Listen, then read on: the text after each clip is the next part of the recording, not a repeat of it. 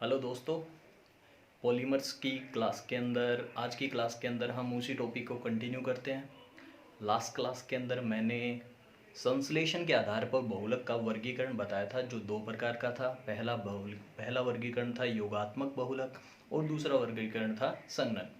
योगात्मक में एकलक इकाइयाँ हमेशा जुड़ती है, कोई भी सह उत्पाद बाहर नहीं निकलता।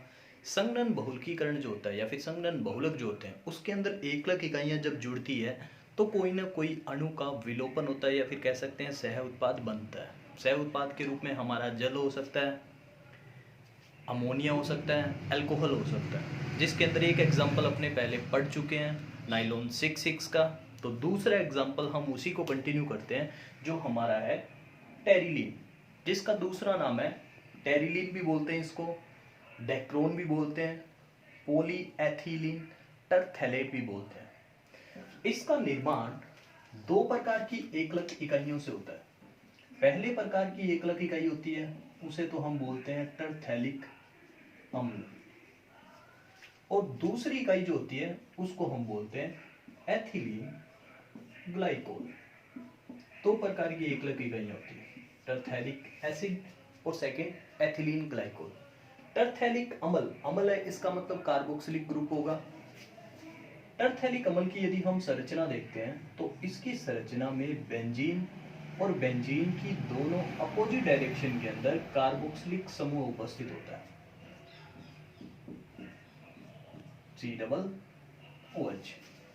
और दूसरी इकाई हमारी एथिलीन ग्लाइकोल की, एथिलीन एथ है, CH2 और इसके साथ जो है OH, इसको हम बोलते हैं ethylene glycol.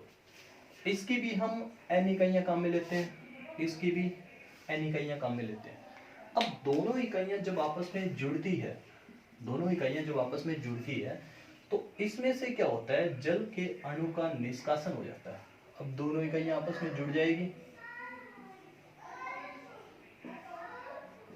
CO CH2 OH, और इधर भी COOH। अभी तक ये हमारा बहुलक कंप्लीट नहीं हुआ। इसके अंदर अब जब n इकाइयां जुड़ेगी तो हमारे n अणु ही जल के रूप में बाहर निकलेंगे।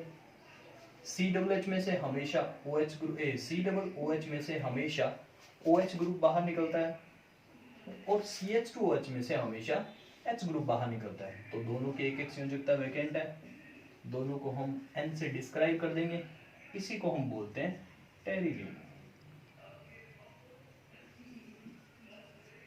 टेरिलीन, या फिर इसका दूसरा नाम होता है डेक्रो।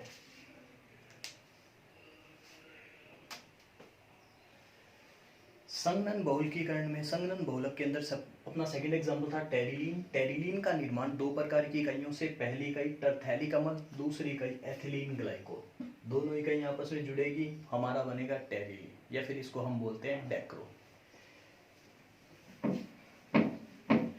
नेक्स्ट टॉपिक स्टार्ट करने से पहले मैंने अपनी एक लास्ट क्लास के अंदर एक बात की थी, मैंने ABS रबड़ की। और ABS रबड़ का फॉर्मेशन करना मैंने आपको खुद को बोला था कि करके देखिए, नहीं समझ में आता तो मैं इसके बारे में बताऊंगा। तो आज किसी ने कमेंट बॉक्स में ABS रबड़ के बारे में पूछा है, रियली थैंक्स कि आप हमारा वीडियो देख रहे हैं। आज हम बात करते हैं ABS रबड़ की। ABS रबड़ में तीन प्रकार की इकाइयां होती है। पहली इकाई होती है एक्रिलो नाइट्राइल, ए का मतलब एक्रिलो नाइट्राइल, बी का मतलब ब्यूटाडाइन और एस का मतलब स्टाइरीन।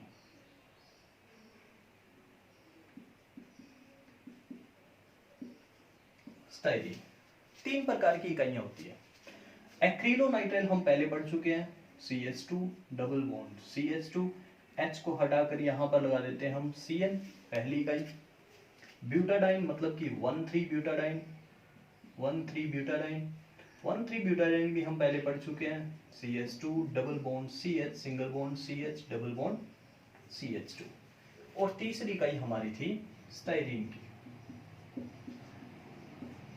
स्टाइरीन की इकाई है CH2 double bond CH single bond C6H5 phenyl group. यहाँ पर हमारे पास 3 प्रकार की एकलक इकाइयाँ हैं। एन टाइप लेंगे इसके भी एन टाइप, इसके भी एन टाइप। और ये तीनों इकाइयाँ जब आपस में जुड़ेगी बहुलकीकरण के लिए, तो मैंने बताया था ये विषम बहुलक का एक एग्जांपल था जिसमें मैंने बताया था डबल बॉन्ड को हम कन्वर्ट करेंगे सिंगल बॉन्ड में, CH2 single bond CH Cl, फिर single bond CH2 double bond को सिंगल बॉन्ड में CH double bond CH single bond CH2, फिर CH2 CH C6H5। इसको हम बोलते हैं एबीएस रबड़। एक और बात है एबीएस रबड़ के बारे में, जैसे मान लो मैंने इसके नाम के अकॉर्डिंग इसकी यूनिट जोड़ी है, जरूरी नहीं है कि आप इसके नाम के अकॉर्डिंग इसकी एकलक इकाइयां जोड़ें। आप ऐसे भी कर सकते हो 1,3-ब्यूटाडाइन को पहले, फिर एक्रिलोनाइट्राइल, उसके बाद में स्टाइरीन। वो आपकी चॉइस है क्योंकि तीनों का परसेंटेज रेशियो अलग अलग होता है जब हम इनको आपस में मिक्सअप करते हैं। ये था हमारा एबीएस रबड़। Next classification. अब तक अपनों ने बहुलक का जो वर्गीकरण पढ़ा है उसके अंदर एक बार रिपीट कर रहा हूं। पहला वर्गीकरण हमने पढ़ा है प्राप्ति स्रोत के आधार पर, दूसरा पढ़ा है संगठक इकाइयों के आधार पर, तीसरा पढ़ा है संरचना के आधार पर, चौथा पढ़ा है आणविक बलों के आधार पर, पांचवा पढ़ा है संश्लेषण के आधार पर। तो हमारा लास्ट वर्गीकरण है 6th वर्गीकरण जो है ताप के आधार पर। ताप के आधार पर यदि हम टेम्परेचर की बात करते हैं तो टेम्परेचर के आधार पर बहुलक मेनली 2 प्रकार के होते हैं। पहले प्रकार के जो बहुलक होते हैं उन्हें हम बोलते हैं ताप शून्य बहुलक, जिसको लिखा जाता है थर्मो प्लास्टिक के रूप में। इनको हम बोलते हैं थर्मो प्लास्टिक। और दूसरे प्रकार के जो बहुलक होते हैं उन्हें हम बोलते हैं ताप दृढ़ बहुलक, जिनको हम बोला जाता है थर्मो सेटिंग पॉलीमर। यानी कि 2 टाइप के पॉलीमर है अकॉर्डिंग टू टेम्परेचर, ताप के आधार पर। हम दोनों, ये एक प्रकार से इसका इंपॉर्टेंट टॉपिक है, काफी बार कॉम्पिटिटिव एग्जाम के अंदर भी पूछा जाता है इनके बीच में डिफरेंस। आरबीएससी के अंदर तो काफी बार इससे रिलेटेड क्वेश्चन भी आया हुआ है। हम दोनों की बात करते हैं कंटिन्यू कि ताप शून्य बहुलक क्या होते हैं, ताप दृढ़ बहुलक कौन से होते हैं। सबसे पहले बात करते हैं थर्मोप्लास्टिक के अंदर पहली डेफिनेशन। ताप शून्य बहुलक के अंदर जो भी हमारे आणविक बल होते हैं, आणविक बल जो होते हैं वो प्रत्यास्थलक तथा रेसे, इन दोनों बहुलकों के मध्यवर्ती बल पाए जाते हैं, मध्यवर्ती बल पाए जाते हैं। यदि हम ताप दृढ़ की बात करते हैं तो ताप दृढ़ एक प्रकार से अर्ध तरल अवस्था में होते हैं, सेमी फ्लूइड अवस्था के अंदर होते हैं। ताप शून्य बहुलक के अंदर जो भी आणविक बल पाए जाते हैं वो प्रत्यास्थलक और रेसे बहुलक के मध्यवर्ती होते हैं। और मध्यवर्ती होने की वजह से हम इनको किसी भी प्रकार के सांचों में डालकर किसी भी प्रकार का आकार दिया जा सकता है। यानी कि कोई भी सांचे उनके अंदर डालकर हम इनको किसी भी प्रकार का आकार दे सकते हैं। इनकी जो संरचना है वो एक प्रकार से रेखीय संरचना होती है।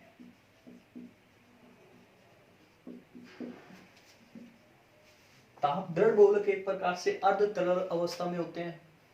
इनको भी हम किसी भी सांचे में डालकर इनको भी आकार दिया जा सकता है, बट कंडीशन है इनमें एक बार आकार देने के बाद में उस आकार में कभी भी परिवर्तन नहीं किया जा सकता, जबकि थर्मोप्लास्टिक के अंदर हम परिवर्तन कर भी सकते हैं।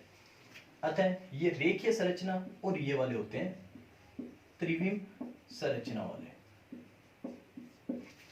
नेक्स्ट,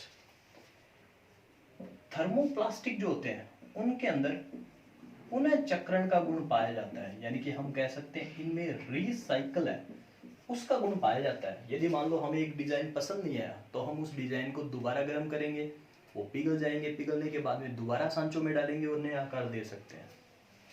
इनके अंदर रिसाइकल जो है, रिसाइकल की प्रॉपर्टी इनमें नहीं पाई जाती, यानी कि हम कह सकते हैं थर्मोप्लास्ट, तापशून्य बहुलक को अपने बोलते हैं थर्मोप्लास्टिक। प्लास्टिक का गुण होता है एक बार हम उपयोग में लेने के बाद में भी हम उसको बार बार उपयोग में ले सकते हैं। क्यों? क्योंकि प्लास्टिक को पिघलाकर वापस लिक्विड अवस्था में आ जाएगा और कोई भी सांचों में डालकर उसको वैसा ही आकार दे सकते हैं। लेकिन थर्मोसेटिंग है ना, यहाँ पर एक वर्ड आ रहा है सेटिंग। एक बार सेट हो जाएंगे ना तो उसके बाद में दोबारा कभी भी सेट नहीं होगा, अतः इनके अंदर कभी भी रिसाइकल का गुण नहीं पाया जाता। तापशून्य बहुलक होते हैं, इन सभी का निर्माण हमेशा योगात्मक के द्वारा होता है, योगात्मक बहुलकीकरण के द्वारा होता है, यानी कि एडिशन पॉलीमराइजेशन के द्वारा होता है। जबकि ताप दृढ़ बहुलक जब कभी भी बनते हैं, इनका निर्माण हमेशा संघनन बहुलकीकरण के द्वारा होता है, संघनन बहुलकीकरण के द्वारा होता है। ये इन दोनों के अंदर बीच में डिफरेंस भी आ गए। अब हम दोनों के एग्जाम्पल की बात करें तो इसके अंदर एक एग्जाम्पल आता है पीवीसी का, एक आता है पॉलीथीन का।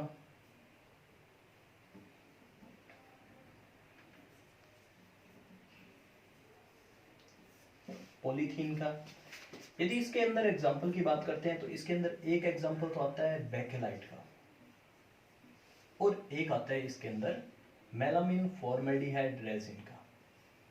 मेलामिन फॉर्मेल्डिहाइड रेजिन, इन दोनों की स्ट्रक्चर, बेकेलाइट और मेलामिन फॉर्मेल्डिहाइड रेजिन की स्ट्रक्चर इसी चैप्टर के अंदर आगे आ जाएगी। एक बार दोबारा रिपीट करता हूं, बहुलक का लास्ट वर्गीकरण है ताप के आधार पर। टेम्परेचर के आधार पर बहुलक दो प्रकार के होते हैं, ताप शून्य बहुलक, ताप दृढ़ बहुलक। ताप शून्य को थर्मोप्लास्टिक बोलते हैं, इसको थर्मोसेटिंग।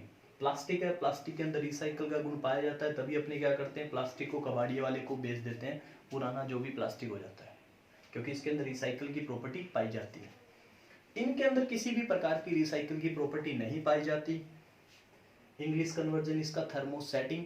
सेटिंग का मतलब एक बार सेट हो जाएंगे, वो दोबारा कभी किसी के साथ सेट नहीं होंगे, सिंपली याद रखने के लिए। ताप शून्य बहुलक है, इसके अंदर जो भी आणविक बल होंगे वो प्रत्यास्थलक और रेसे दोनों के मध्यवर्ती होंगे। इसका मतलब ना तो दुर्बल आकर्षण बल होंगे ना ही प्रबल आकर्षण बल होंगे, दोनों के बीच के होंगे, जिसकी वजह से हम इनको इच्छित सांचों में डालकर इच्छित आकार दिया जा सकता है। आकार हमें पसंद नहीं आता, हम दोबारा उसको चेंज कर सकते हैं। ये सारे के सारे रेखीय संरचना वाले होते हैं और रेखीय संरचना वाले हैं, अतः इसका घनत्व जो है, गलनांक है, प्रबलता है, वो सर्वाधिक होती है। इनके अंदर पुनः चक्रण का गुण पाया जाता है। ये सारे के सारे योगात्मक बहुलकीकरण के द्वारा बनते हैं।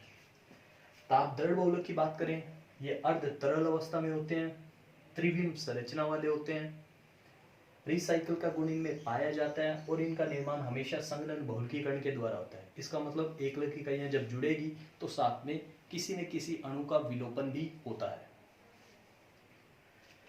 ताप शून्य बहुलक के बारे में एक और बात कर सकते हैं, यदि हम इनको गर्म करते हैं तो ये क्या होते हैं, कुछ समय के बाद में तरल अवस्था में आ जाते हैं या फिर कह सकते हैं मुलायम हो जाते हैं। जबकि ताप दृढ़ बहुलक है, इनको यदि अपने ज्यादा टेम्परेचर पर गर्म करते हैं तो ये काले पड़ जाते हैं। इनके एग्जाम्पल के रूप में हम ले सकते हैं जो भी हमारे स्विच है, प्लग है, उनकी बात। जब कभी भी प्लग या स्विच है स्पार्किंग की वजह से जल जाता है तो पूरा का पूरा ब्लैक हो जाता है। इसका मतलब ये आते हैं एक प्रकार से ताप दृढ़ बहुलक में। ये तो हमारा बहुलक का वर्गीकरण कंप्लीट हो गया, जो 6 प्रकार का था। लास्ट वर्गीकरण जो हमने पढ़ा था ताप के आधार पर, कुछ एक बुक्स उसको आणविक बलों के आधार पर जो बहुलक का वर्गीकरण है उसके अंदर भी रखती है। जैसे आणविक बलों के अंदर हमने पढ़ा था 2 प्रकार के होते हैं, प्रत्यास्थलक और दूसरे रेसे। तो कुछ एक बुक्स क्या करती है, ताप दृढ़ बहुलक और ताप शून्य बहुलक को उसमें भी रखा जाता है, लेकिन हमने इनको बिल्कुल ही सेपरेट किया है। नेक्स्ट वर्गीकरण के बाद में हम नेक्स्ट टॉपिक की बात करते हैं, वो हमारा टॉपिक है बहुलकीकरण की क्रियाविधि। बहुलकीकरण की क्रियाविधि सबसे पहले बात करते हैं कि बहुलकीकरण की क्रियाविधि का मतलब क्या है। बहुलकीकरण की क्रियाविधि का मतलब है बहुलक का निर्माण है ना किस तरीके से किया जाता है उसके लिए। जब कभी भी बहुलक बनते हैं, बहुलकीकरण मेनली दो प्रकार से बनाए जाते हैं। तो बहुलकीकरण की जो क्रियाविधि है वो भी हमारी दो प्रकार की होती है। पहले प्रकार की जो बहुलकीकरण की क्रियाविधि होती है उसको हम बोलते हैं योगात्मक बहुलकीकरण। योगात्मक बहुलकीकरण। और दूसरे प्रकार की जो क्रियाविधि होती है उसे हम बोलते हैं संघनन बहुलकीकरण। संघनन बहुलकीकरण यानी कि एडिशन पॉलीमराइजेशन और second one is condensation polymerization. बहुलकीकरण का मतलब है बहुलक बनाने की प्रक्रिया, यानी कि एकलक इकाइयों से जो बहुलक बनते हैं उनकी प्रक्रिया। योगात्मक बहुलकीकरण के अंदर हमेशा एकलक इकाइयां जुड़ती है। संघनन में एकलक इकाइयां जब जुड़ेगी तो किसी न किसी अणु का विलोपन होगा। योगात्मक बहुलकीकरण है ये आगे जाकर फिर दो प्रकार से हो सकता है, यानी कि योगात्मक जो प्रोसीजर है वो दो प्रकार से हो सकता है। पहले प्रकार का जो प्रोसीजर है उसको हम बोलते हैं मुक्त मूलक क्रियाविधि। मुक्त मूलक क्रियाविधि यानी कि मुक्त मूलक के द्वारा भी बहुलक बनाए जा सकते हैं। और दूसरे प्रकार की जो क्रियाविधि होती है योगात्मक बहुलकीकरण की, यानी कि पहली तो हमारी आ गई मुक्त मूलक क्रियाविधि, और दूसरे प्रकार की जो क्रियाविधि है उसे हम बोलते हैं आयनिक क्रियाविधि। आयनिक क्रियाविधि। मुक्त मूलक क्रियाविधि के अंदर आगे कोई भी टाइप नहीं है। यदि हम आयनिक क्रियाविधि पढ़ते हैं तो आयनिक क्रियाविधि फिर आगे जाकर दो प्रकार की हो सकती है, क्योंकि आयन अपने दो प्रकार के होते हैं। पहले प्रकार की जो आयनिक विधि होती है उसे हम बोलते हैं धन आयनिक विधि, धन आयनिक क्रियाविधि। और दूसरे प्रकार की जो होती है उसे हम बोलते हैं ऋण आयनिक क्रियाविधि।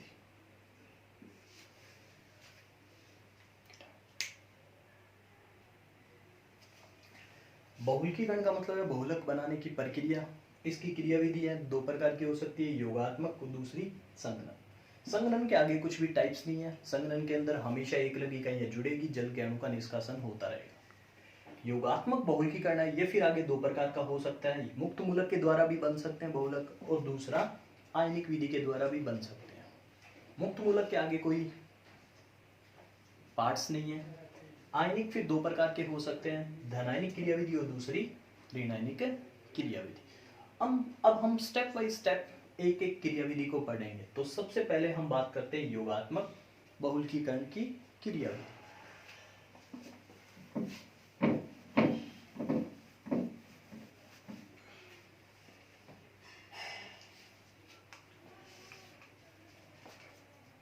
सबसे पहला प्रोसीजर हम पढ़ते हैं योगात्मक बहुलकीकरण की क्रियाविधि।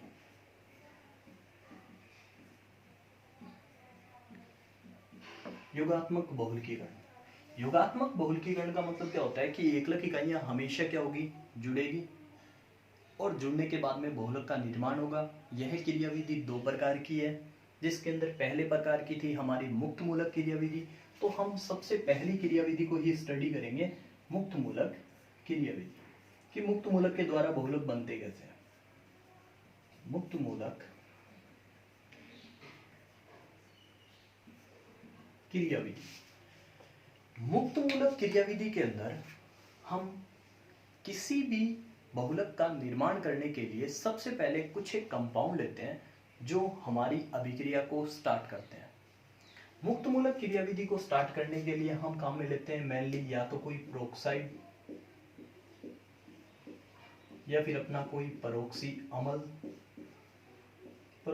अम्ल, या फिर हम काम में लेते हैं ऑक्सीजन काम में लेते हैं। इनके द्वारा मुक्त मूलक क्रियाविधि स्टार्ट होती है। मुक्त मूलक क्रियाविधि के मेनली 3 स्टेप हैं। मुक्त मूलक क्रियाविधि के 3 स्टेप होते हैं, जिनके अंदर अपने सबसे पहले स्टेप की बात करते हैं, जिसको अपने बोलते हैं श्रृंखला प्रारंभिक पद, श्रृंखला प्रारंभिक पद बोलते हैं। श्रृंखला प्रारंभिक पद में क्या होता है कि हम कोई भी पेरोक्साइड लेते हैं, पेरोक्साइड का सामान्य सूत्र होता है ROO R, पेरोक्साइड। पेरोक्सी अम्ल है तो इसी के अंदर एक ऑक्सीजन बढ़ जाता है, कार्बोक्सिलिक एसिड के अंदर एक ऑक्सीजन बढ़ जाता है। श्रृंखला प्रारंभिक पद में हम कोई भी पेरोक्साइड लेते हैं, पेरोक्साइड ले लिया जैसे ROO R, इस पेरोक्साइड के अंदर हम करते हैं समास विखंडन। इस पेरोक्साइड के अंदर हम करते हैं समास विखंडन। अब समास विखंडन में क्या होता है कि ये वाला जो बॉन्ड है, इस बॉन्ड के इलेक्ट्रॉन दोनों ऑक्सीजन को बराबर संख्या के अंदर डिवाइड हो जाते हैं, तो हमारा ये बनता है RO और इसके ऊपर आ जाता है एक इलेक्ट्रॉन RO, दूसरा भी क्या है RO, तो इसके मॉलिक्यूल्स कितने हो जाएंगे 2। ये जो अकेला इलेक्ट्रॉन होता है इसको हम बोलते हैं मुक्त मूलक। मुक्त मूलक यानी कि श्रृंखला प्रारंभिक पद में हम कोई भी पेरोक्साइड, पेरोक्सी अम्ल या फिर ऑक्सीजन काम में लेते हैं। पेरोक्साइड जो है उसके बीच में समास विखंडन होता है, समास विखंडन से ऑक्सीजन के ऊपर एक मुक्त मूलक आ जाता है।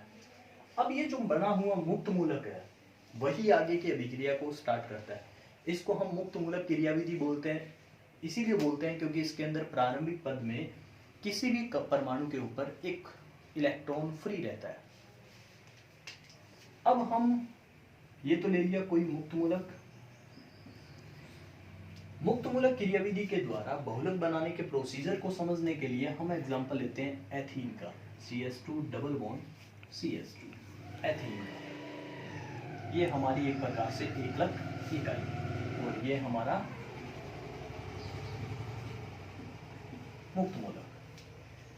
अब जब मुक्त मूलक एथीन के साथ रिएक्ट करेगा तो इस डबल बॉन्ड को ब्रेक करके हम एक इलेक्ट्रॉन इसको और एक इलेक्ट्रॉन इसको भी दे सकते हैं।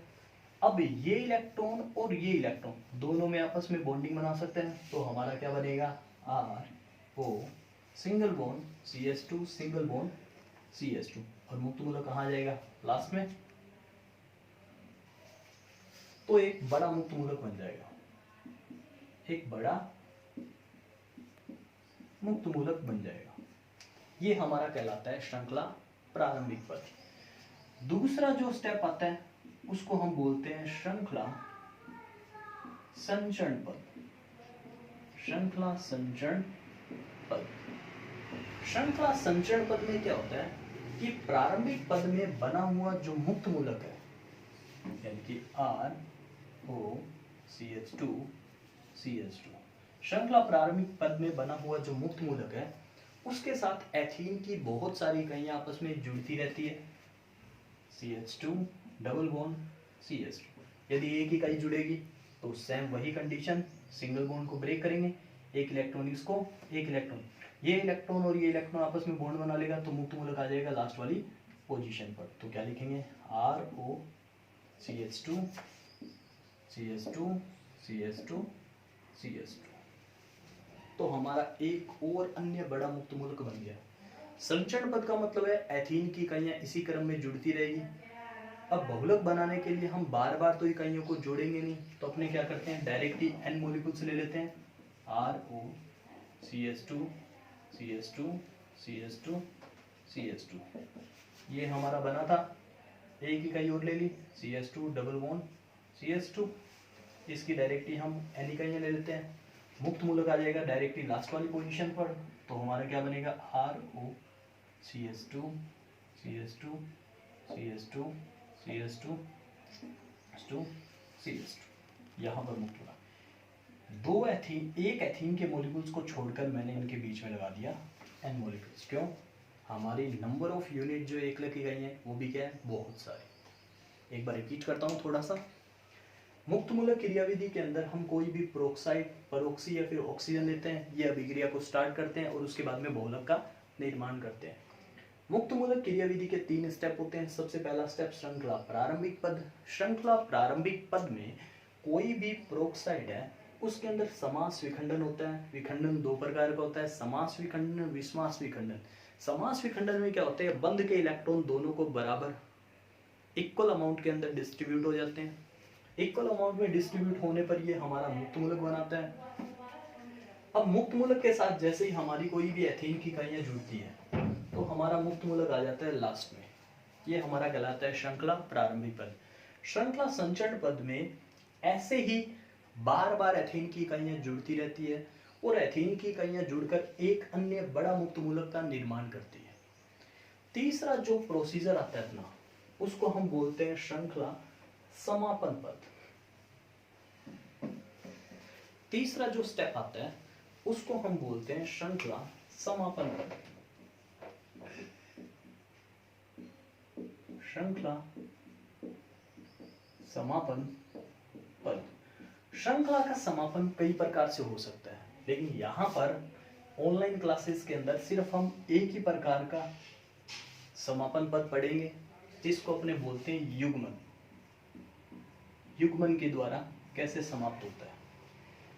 हमारे श्रृंखला संचरण पद में ये वाला मुक्त मूलक बना हुआ था, ROCH2 CH2 CH2 single bond CH2, यहाँ पर थे N molecules CH2 single bond CH2।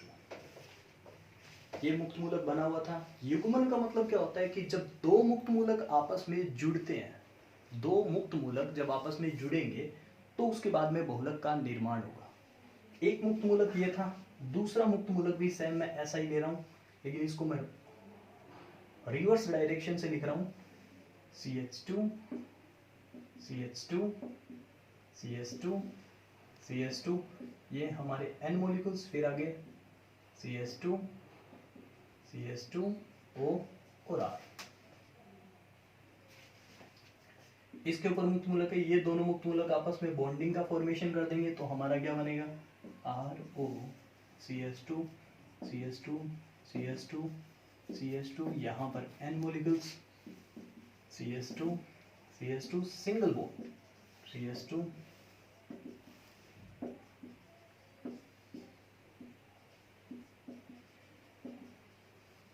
O और R, ये बनेगा और अभिक्रिया अपनी समाप्त हो जाएगी। युग्मन में क्या होता है कि जब दो मुक्त मूलक है वो आपस में जुड़ेंगे और जुड़ने के बाद में हमारे बहुलक का निर्माण हो जाएगा। इसे अपने बोलते हैं श्रृंखला समापन पद।